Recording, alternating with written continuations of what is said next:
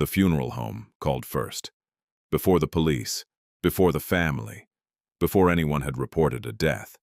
The funeral home called the Hayes family to offer their condolences and arrange services for their daughter. Their daughter was at work, alive, on her lunch break.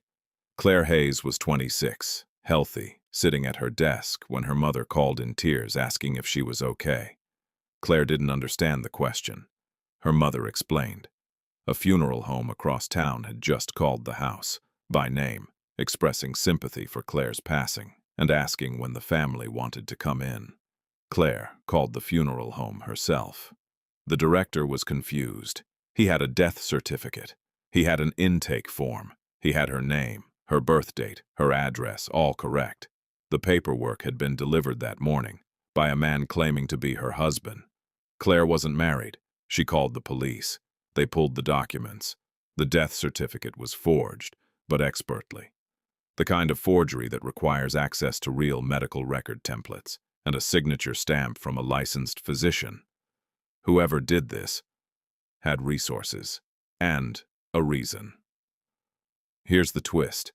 The man who delivered the paperwork wasn't a stranger. It was Claire's estranged father. 18 years earlier, he'd walked out, vanished, started a second family under a new name 2 states away.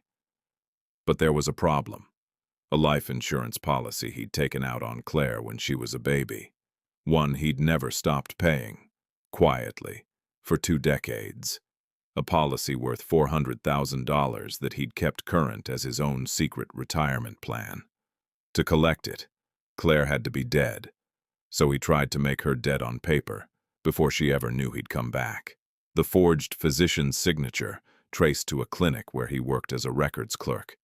He was arrested within a week. Claire met her father for the first time in 18 years across a courtroom. He never looked at her. He only looked at the policy.